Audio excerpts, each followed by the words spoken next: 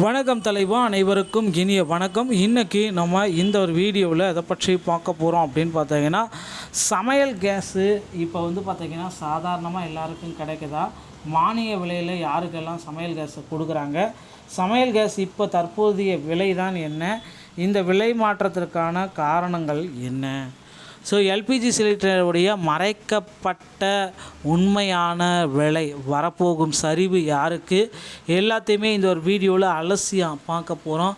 மக்களை நீங்கள் நம்முடைய சேனலில் முதல் முறையாக பார்க்குறீங்க அப்படின்னா சப்ஸ்கிரைப் பண்ண பெல்லை கிளிக் பண்ணி வச்சுக்கோங்க. மத்திய பெட்ரோலியத்துறை இணையமைச்சர் சுரேஷ் கோபி நாடாளுமன்றத்தில் வழங்கிய தகவலின்படி, சர்வதேச சந்தை விலையை அடிப்படையாக கொண்டால் இந்தியாவில் வீட்டு சிலிண்டர் விலை 1695 ரூபாய் உயர்ந்திருக்க வேண்டும். இருப்பினும் மத்திய அரசு வழங்கி வரும் மானியத்தின் காரணமாக தற்பொழுது ஒரு சிலிண்டர் 942 ரூபாய்க்கு பொதுமக்களுக்கு விநியோகிக்கப்படுகிறது.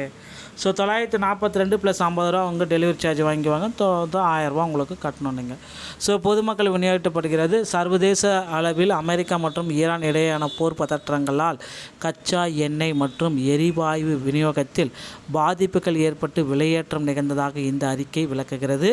இப்போதைய நிலவரப்படி பொதுமக்கள் சுமார் 500 ரூபாய் முதல் 700 ரூபாய் வரை மானிய பலனை பெற்று வருவதாக தகவல்கள் வந்திருக்கு. ஈரான் நாட்டுடனான பதற்றங்கள் தணியும் பட்சத்தில் வரும் காலங்களில் எல்பிஜி சிலிண்டர்களின் விலை மேலும் குறைய வாய்ப்புகள் அதிகமாக இருக்குது.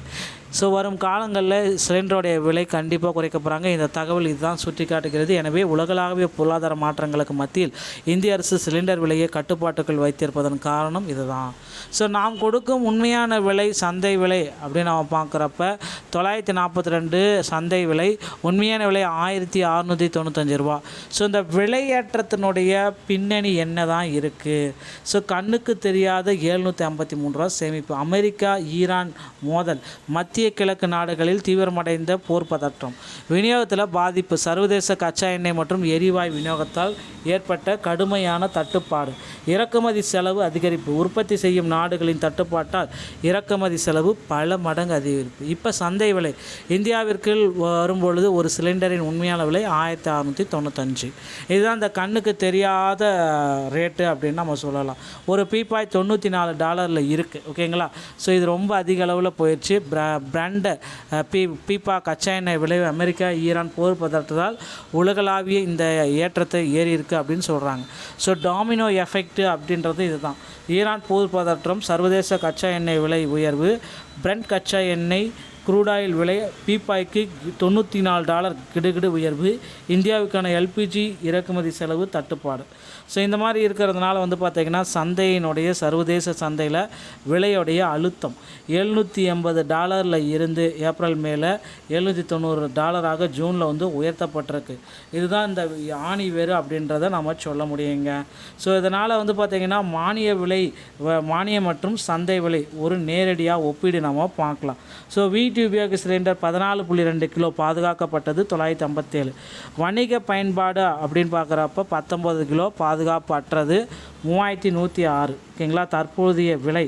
ஸோ இது பார்த்திங்கன்னா விலையில் எந்த மாற்றம் கிடையாது. 957 மானியத்தால் பாதுகாக்கப்பட்டது. சர்வதேச விலை மாற்றத்தால் உடனடி பாதிப்பு இல்லை.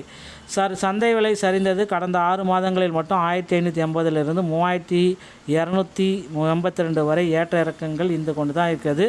ஸோ மீண்டும் இது குறைவதற்கும் வாய்ப்புகள் இருக்குது. ஸோ 942 அரசு மானியத்தோட பாதுகாப்பான விலை. ஓகேங்களா?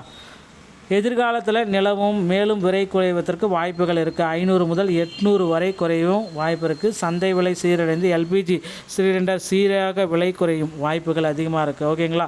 குடும்ப தலைவர்களுக்கான இந்த மானியம் தொடரும் பட்சத்தில் எதிர்கால விலையேற்றங்களை சமாளிக்கும் சாமானியர்களுக்கு இது சாதகமாகவே அமையும் அப்படின்ற எதிர்பார்க்கலாங்க. இந்த தகவல் உங்களுக்கு பிடிச்சிருந்தால் நீங்கள் நம்முடைய சேனலோட இணைந்திருங்க. நீண்ட ஒரு நல்ல தகவலோடு நான் உங்களை சந்திக்கிறேன். நன்றி, வணக்கம்.